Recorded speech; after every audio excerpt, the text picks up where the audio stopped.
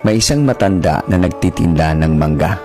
Maya-maya ay may lumapit na babae at nagtanong, "Manong, magkano ang isang mangga?" Sabi ng matanda, 10 ang isa. Sabi ng babae, "Bibili ako ng 20, pero ang gusto ko 3 ang isa. Kung di ka papayag, aalis na lang ako." Sumagot ng matanda, "Sige ma'am, bilihin nyo na lang po sa presyong gusto ninyo. Wala pa akong benta sa araw na to." At bumili nga ang babae. Pagkatapos niyang bumili, pumasok ang babae sa sikat na restaurant sa syudad para bumili naman ng kanyang pagkain. At ang tanong niya, "Magkano ang pagkain nyo?" Sumagot ang cashier, 450 lahat ma'am." Nagbayad ang babae ng 500. Sabay-sabi, "Sayo na ang sukli."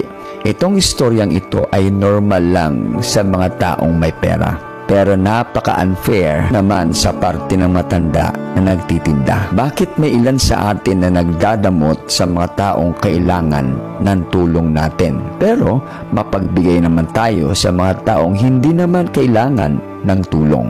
Mga kaibigan, gamitin mo yung pera mo para maayos ang ugali mo. Huwag mong ipakita ang ugali mo para lalong dumami ang pera mo.